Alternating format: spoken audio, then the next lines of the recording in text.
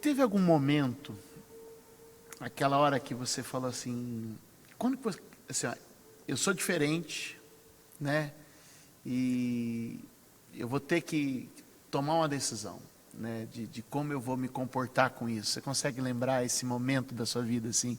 Foi bem na adolescência, Bispo. Eu acho que a fase que é difícil para todo mundo, essa fase. E para mim foi o momento onde eu comecei a tomar consciência dos aspectos de como a vida, por exemplo, dos meus primos. Eu observava os meus primos, eles estavam se formando, eles estavam casando, eles estavam criando família, eles estavam desenvolvendo vida profissional. E eu olhava para mim, eu era alguém que tinha sido alfabetizado em casa, que nunca tinha frequentado uma escola. Então aquilo começou a me gerar alguns questionamentos, alguns processos emocionais negativos, né? Eu comecei a sentir aquele peso, me senti, acho que foi um momento assim onde a questão de ser pessoa com deficiência começou a pesar de forma negativa para mim. Eu comecei a me enxergar inferior, né? Essa ideia assim da cadeira de rodas, eu nunca tive cadeira de rodas quando criança. Eu vinha ter uma cadeira emprestada já na fase da adolescência, porque esses equipamentos sempre foram muito caros. Sim. E aí em casa eram dois, então tudo era em dobro.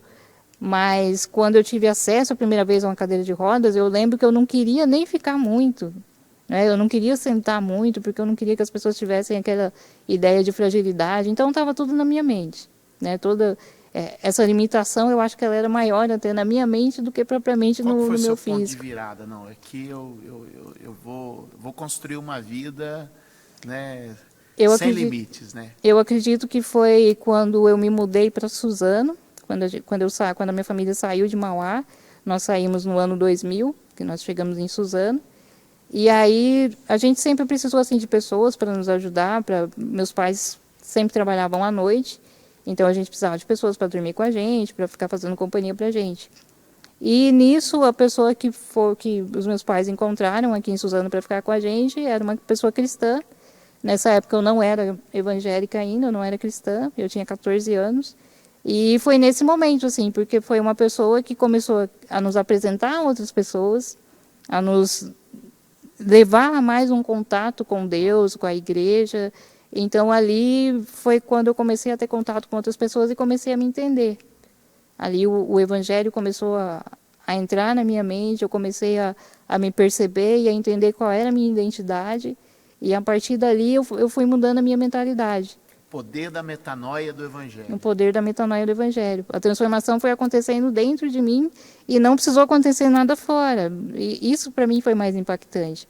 Porque de verdade, bispo, desde a minha infância, a família dos meus pais, a maioria são cristãos, né? Os meus avós foram muito tempo da Assembleia de Deus, depois foram para a congregação. Então, assim, por mais que a gente não era cristão, a nossa casa sempre vivia num ambiente onde via muitas pessoas de igreja. Quando a gente ia passar férias com os meus avós, a gente tinha A mensagem contato. estava A presente. mensagem sempre estava presente. Meu avô Uau, cantava as músicas da escola bíblica para a gente quando criança, uau. sempre citava as passagens da Bíblia para a gente. Então, assim, eu e meu irmão crescemos ouvindo muito falar sobre cura. Isso foi algo assim sempre presente. Tipo, era muitos irmãos que encontravam a gente, profetizavam e falavam: Deus vai curar vocês, Deus vai levantar vocês. E isso era muito latente, assim. Era sempre que a Uhum. gente tinha uma experiência com alguém, com pessoas de igreja, era sobre isso que a gente ouvia e foi sobre isso que a gente começou a caminhar. E eu entendo que não foi tão saudável. Porque aí, até os meus 14 anos, quando eu Por mais comecei que as a, pessoas estivessem na melhor das na melhor das intenções, na intenções, mais sincera e pura fé, na né? melhor Eu das acredito, intenções. né? Sim, mas aí aonde ficou o meu coração? Na cura. Na cura. E até nesse início do evangelho, quando essa pessoa aqui em Suzano levou a gente para a igreja, os meus primeiros passos foi pensando na cura. Em cura. Era o que eu enxergava, assim, não, agora eu estou na igreja, agora eu estou mais próxima, agora eu estou tendo atividades aqui, então agora o meu momento está chegando. Tem uma particularidade no Evangelho de João, que João nunca chama nenhum dos milagres de Jesus de milagre. João sempre trata os milagres de Jesus como sinal. E eu acho que isso é muito legal da gente ter esse entendimento, porque ok, aquele milagre esperado não aconteceu. Sim, Mas a sua vida não deixa de ser um sinal. de forma... Porque qual que é a característica de um sinal? Eu estou olhando aqui atrás de você, tem uma porta de saída, e lá tem um sinal lá, Sim. uma sinalização, né? Inclusive a gente contratou o quê? A sinalização. Quando o bombeiro vem aqui, ele vem fazer uma vistoria e um dos itens é a sinalização. Sim. O que é uma sinalização? É aquilo que aponta para alguma coisa, aquilo que aponta para algo, né? Então eu estou olhando ali, tem uma sinalização escrita saída. Então a gente sabe que se acontecer alguma coisa é por ali que a gente vai. É uma sinalização. Então eu gosto quando ele usa as expressões e sempre manifesta como sinais, né? Sim.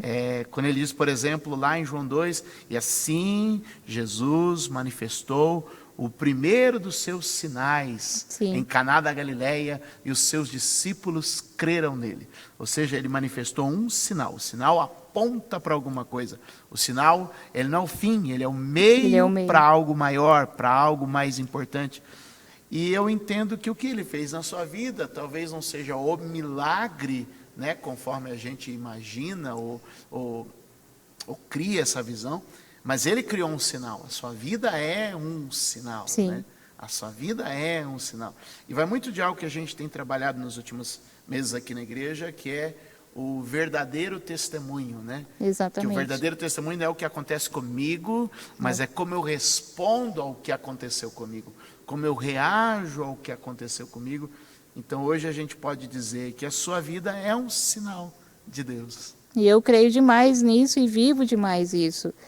Como o senhor perguntou, quando começou a mudar as coisas para mim, e acho que foi justamente no momento em que eu tive esse entendimento, como dizem Provérbios, que assim como o homem pensa no seu coração, assim ele é. Uau. Então, assim como eu pensava que eu era uma pessoa coitada, que eu era uma pessoa digna de dó, era exatamente assim que eu era, porque era assim que as pessoas me viam, porque era essa imagem que eu transmitia, porque isso estava dentro de mim. Agora, a partir do momento que essa mentalidade foi transformada, que eu entendi quem eu era, que eu entendi que isso aqui são limitações físicas, mas que se a minha mente puder alcançar até onde Deus puder me levar, até onde Deus pode me levar, tudo isso pode ser rompido. E eu lembro bem que um dia que parece que acendeu uma luz para mim, foi um dia em que eu estava lendo o livro de João, no capítulo 11, onde fala sobre a ressurreição de Lázaro. Uhum. E eu lembro que nesse dia Deus me trouxe essa revelação para passar para uma pessoa que estava enfrentando uma enfermidade. E enquanto eu estava lendo, era para essa pessoa que estava com a enfermidade, mas era para mim ao mesmo tempo. Porque aí eu comecei a refletir. Jesus foi avisado antes que João, que Lázaro estava enfermo. Ele poderia ter ido. Ele poderia ter ido, ter curado a enfermidade, e Lázaro não precisaria ter morrido. Mas foi nesse dia que eu li essa passagem que eu entendi sobre o propósito. Uau. Porque o que seria ordinário? Jesus sair de onde ele estava, ir até Lázaro, curar a enfermidade de Lázaro. Mais um curado. Agora, o que seria extraordinário? Lázaro morrer, passarem 4 dias, Jesus chegar e tirar ele dentre os mortos. É tão extraordinário isso, que no capítulo 12, né, no capítulo seguinte, o texto fala que as pessoas não iam a Betânia apenas para ver Jesus, mas também para ver a Lázaro. Né? Ou seja, ele acaba se tornando o sinal, ele acaba se tornando um testemunho vivo, né? E é isso mesmo que Deus tem feito na sua vida. Foi esse entendimento que eu alcancei, assim, sabe, de entender, se eu estiver em pé, caminhando como o Senhor caminha, como as pessoas, Deus vai ser glorificado, sim, porque eu vou ter como mostrar, olha como eu era e o que Deus fez. Agora, se eu estiver aqui e estiver falando que Jesus é bom, que Jesus é a salvação, que em Jesus tem cura, que em Jesus tem libertação, aí é algo extraordinário, porque a ideia que as pessoas têm é que alguém como eu é uma pessoa desgostosa da vida, que não tem muitas esperanças, que é chateado, como nós conversávamos um pouco antes, onde eu relatei para o senhor a minha conversa com um roteirista e ele ficou impressionado com a forma que eu falava sobre a minha vida, com a doçura que eu falava sobre a minha vida, e a expectativa dele era totalmente o contrário. Mas como assim? Você está aí nessa condição, enfrentou tudo isso e ainda está sorrindo?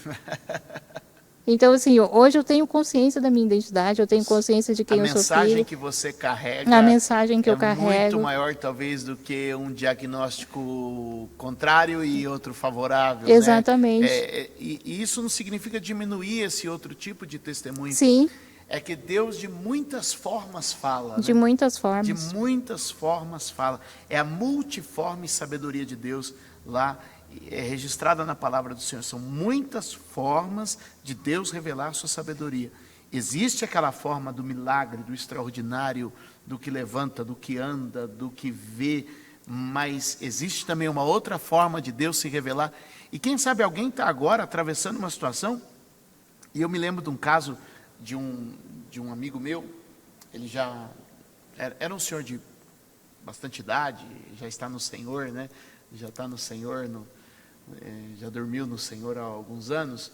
Mas eu o conhecia, eu era um jovem começando a pregar, e ele já era um pregador, né, de muitos anos. E ele falando comigo, ele falou assim: Júlio, quando conheci o Senhor, eu tinha um problema do coração. E o coração dele, acho que funcionava assim, uma coisa tipo 10, 15%. E ele falou: Deus nunca me curou. Mas o milagre é eu viver plenamente com 15%. Com 15%. Com 15%. E ele falou: e quando eu entendi que o espanto das pessoas de me encontrarem, verem a vida que eu levo, verem a atividade que eu tenho com os 15%, ele falou assim, esse é o meu testemunho. Esse é o sobrenatural de Deus na minha vida, né? Perfeito. Então, muitas vezes eu acho que esse é o grande, como você responde à vida, né? Sim, como você Como você responde. respondeu a cada desafio.